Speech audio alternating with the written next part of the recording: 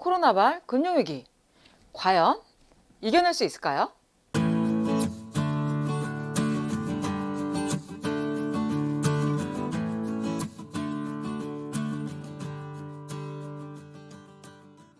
자, 안녕하세요. 부자멘토 이주은입니다.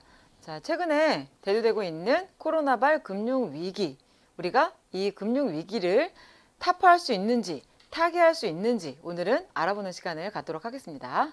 2008년도에 발생했던 글로벌 금융위기도 10여 년이 지났지만 뉴스에서도 굉장히 많이 등장하고 있잖아요. 미국에서 발생한 금융 불안이 전 세계로 펴지면서 유명 금융회사들이 문을 닫고 많은 사람들이 직장을 잃는 그런 어려움을 겪게 된 위기인데요. 어떻게 하면 우리가 이런 금융이 안정적으로 작동을 해서 이번에 대두될 수 있는 코로나발 금융위기를 피해갈 수 있을까요? 금융시장은 어찌 보면 경제의 혈맥에 비유되고는 합니다.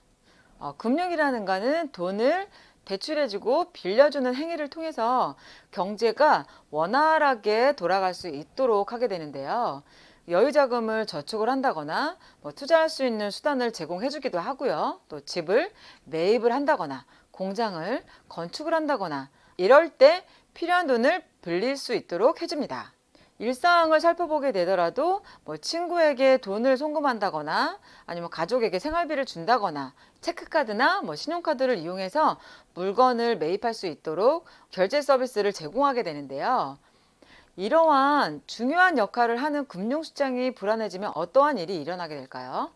자, 이 금융은 은행권, 보험사, 증권사, 그리고 다양한 금융회사들이 연결해주는 금융시장과 그리고 지급결제망 등이 합쳐져서 하나의 시스템처럼 작동을 하게 됩니다.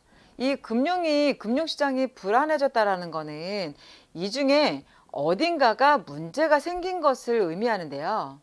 금융 시스템은 세계 경제 메커니즘처럼 거미줄처럼 아주 복잡하게 연결되어 있어서 한 곳에 문제가 생기게 되면 짧은 시간 동안에 다른 곳으로 파급력을 미치게 되는 겁니다.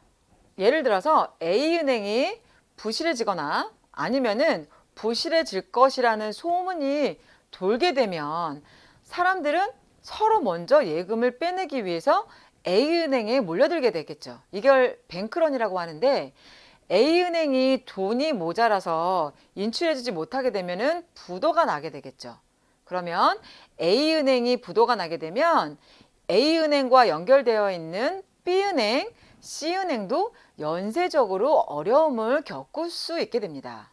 자, 그렇다면 금융시장이 어떻게 해야 안정적으로 작동을 하게 될까요? 자, 우선은 은행 같은 개별 금융회사의 기초 체력이 튼튼해야 되는데요. 최근에 미국과 중국의 무역 분쟁이나 이런 것 같이 금융을 둘러싼 환경이 굉장히 좀 열악해지거나 소나기가 내리는 것처럼 여름 날씨처럼 변화무쌍하게 된다라고 하면 금융시장이 어려워질 수가 있는데요. 어떤 환경에서도 금융 시스템이 멈추지 않고 작동을 하려면 금융회사들과 금융시장이 어려움을 잘 갖출 수 있도록 만반의 준비를 하고 있어야 되는 겁니다. 그러니까 기초 체력이 중요하다는 거겠죠. 이 부분을 위해서 각국의 중앙은행이나 아니면 금융감독기구 같은 경우에는 금융회사가 양호한 기초 체력을 유지할 수 있도록 다양한 기준을 설정을 하게 되고요. 이를 준수하도록 관리 감독을 하게 됩니다. 자, 다음으로 금융 시스템의 전체에 나쁜 영향을 미치는 공통적인 문제는 없는지 한번 살펴봐야 되는데요. GNTV. 예전에는 개별 금융회사가 건전하면 금융 안정이 저절로 이루어진다고 생각을 했었던 부분이 있었습니다. 그렇지만 글로벌 금융 위기를 거치게 되고 2011년도에 있었던 그리스발 재정 위기를 거치게 되면서 개별 금융기관이 건전하더라도 시스템 상의 문제가 있다라고 하면 금융 안정을 이루는데 한계가 있다라는 것을 이제는 전 세계가 깨닫게 됐어요. 또한 최근에는 전 세계 금융시장이 서로 밀접하게 연결이 되어 있다 보니 이런 부분에서 발생한 금융시장의 불안이 한국 시장으로 빠르게 번질 가능성도 예전보다 오히려 더 높아졌습니다. 이런 부분들 때문에 세계의 각국은 전체의 금융 시스템의 건전성을 높이는 정책 수단을 도입하고 있고요. 또 한편으로는 다른 나라의 금융시장의 불안한 시스템이 국내, 자국으로 번지지 않도록 다양한 노력을 하고 있는데요. 자, 그렇다면 우리나라의 중앙은행인 한국은행은 금융 안정을 위해서 어떤 일을 하고 있을까요? 부자 멘토. 과거 사례를 보게 되면 금융위기 때마다 그럴 때마다 독점적인 화폐 발행권, 이를 이제 발권력이라고 하는데 발권력을 갖고 있는 중앙은행이 대규모 자금 공급을 통해서 금융 시스템을 안정시키는 역할을 해오고 있습니다. 그렇지만 지난 2008년 글로벌 금융 위기에서도 나타났던 것처럼 금융 불안이 발생하게 되면 금융뿐만이 아니고요. 한 국가의 경제 전체가 어려움에 빠질 수가 있어요. 이런 부분들 때문에 금융 불안이 발생하지 않도록 미리 방지하는 것이 굉장히 중요해졌고요. 각국은 금융 안정을 지키기 위한 중앙은행의 역할을 강화를 시키고 있습니다. 자, 우리나라의 한국은행의 기본적인 설립의 목적은 물가 안정이었어요. 그렇지만 2011년도 한국은행법을 개정을 하면서 금융 안정을 추가로 부여하게 됩니다. 그러니까 지금 현재 한국은행은 물가 안정에 대해서도 힘을 써야 되지만 금융 안정에 대한 책무를 지고 있는 거죠. 자, 글로벌 금융위기를 배경으로 한 영화 빅쇼트에서 이런 이야기가 나옵니다.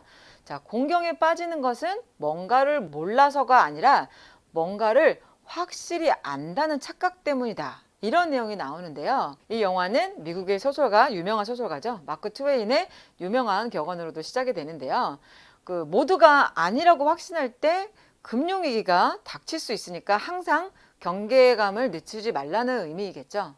자, 이런 부분들 때문에 현재 한국은행은 금융 안정을 위해서 금융 시스템에 대한 상시적인 모니터링과 그리고 금융 안정 상황에 대한 평가나 그리고 금융 안전 보고서 발간 등의 업무를 지금 수행하고 있는데요. 특히나 요새는 금융 시스템이 워낙 다양하고 움직임이 복잡하다 보니까 정확한 경제 신호를 포착하기 위해서 미리 위기를 경고하는 역할을 완수하기 위해서 지금 노력하고 있는데 한국은행에서 이번에 발행한 보고서를 보게 되면 한국은행은 이미 코로나 발생 전에 경제 상태로 돌아갈 수 없다라고 판단을 하고 있습니다. 이게 무슨 얘기냐면 코로나 백신이 개발이 된다라고 하더라도 충분히 또 다른 바이러스의 출현을 예견하고 있다라는 거예요. 그래서 다시 이전 상태로 돌아갈 수 없다라고 한다면 한국은행은 정부의 역할이 굉장히 커질 것이다라고 예견을 하고 있어요.